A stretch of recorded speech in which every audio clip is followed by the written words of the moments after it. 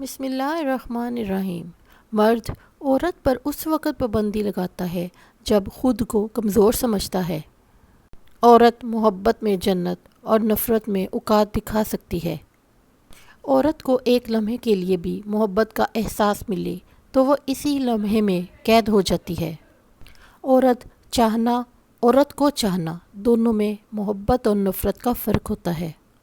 عورت کو پھنسایا نہیں جاتا، بسایا جاتا ہے۔ خاندانی مردوں کے یہی اتوار ہوتے ہیں۔ عورت سفید چادر کی طرح ہوتی ہے جس پر پانی کا داغ بھی لگ جاتا ہے۔ عورت پر حیا کی چادر ایسے جچتی ہے جیسے قرآن پر غلاف۔ کچھ لوگ اپنے آپ کو انسان نہیں فرشتہ سمجھتے ہیں۔ ان کے کام بھی فرشتوں جیسے ہوتے ہیں، یعنی دوسروں کے گناہوں اور برائیوں کا حساب رکھنا۔ کوشش کریں زندگی کا ہر لمحہ اپنی طرف سے سب کے ساتھ اچھے سے اچھا گزاریں، کیونکہ زندگی نہیں رہتی لیکن اچھی یادیں ہمیشہ رہتی ہیں۔ رشتوں کو وقت دو۔ تاج محل دنیا نے دیکھا ہے، ممتاز نے نہیں۔ خوبصورت چہرہ بھی بوڑھا ہو جاتا ہے، پرکشش جسم بھی ایک دن ڈھل جاتا ہے، لیکن ایک اچھا انسان ہمیشہ اچھا انسان ہی رہتا ہے۔ برے اعمال دمک کی طرح ہیں، ان کے ذریعے باہر سے تو کچھ نہیں بدلتا مگر اندر سے سب کچھ مٹی ہو جاتا ہے۔ لوگ کہتے ہیں حیا آنکھوں میں ہونی چاہیے، پر میرا خیال ہے حیا کردار میں زیادہ ہونی چاہیے کہ آنکھیں کبھی بھٹک بھی جائیں تو مضبوط کردار آنکھوں پہ قابو پا ہی لیتا ہے۔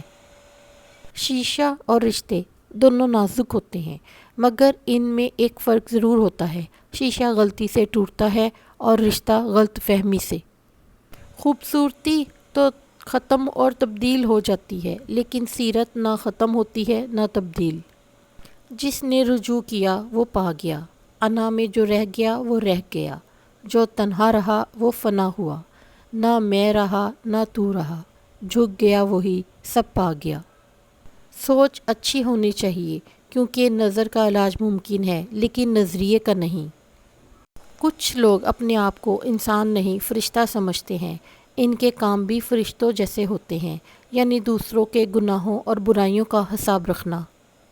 وقت مشکل میں دوسروں کے کام آیا کرو، کیونکہ مشکل وقت سب پر آتا ہے، کسی کا صبر دیکھنے کے لیے اور کسی کا ظرف۔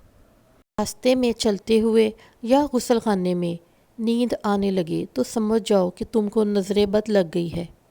جو شخص اللہ کے بندوں کے لیے خیر کا باعث بنتا ہے، اللہ پاک اس کی نسلوں میں خیر منتقل فرما دیتا ہے۔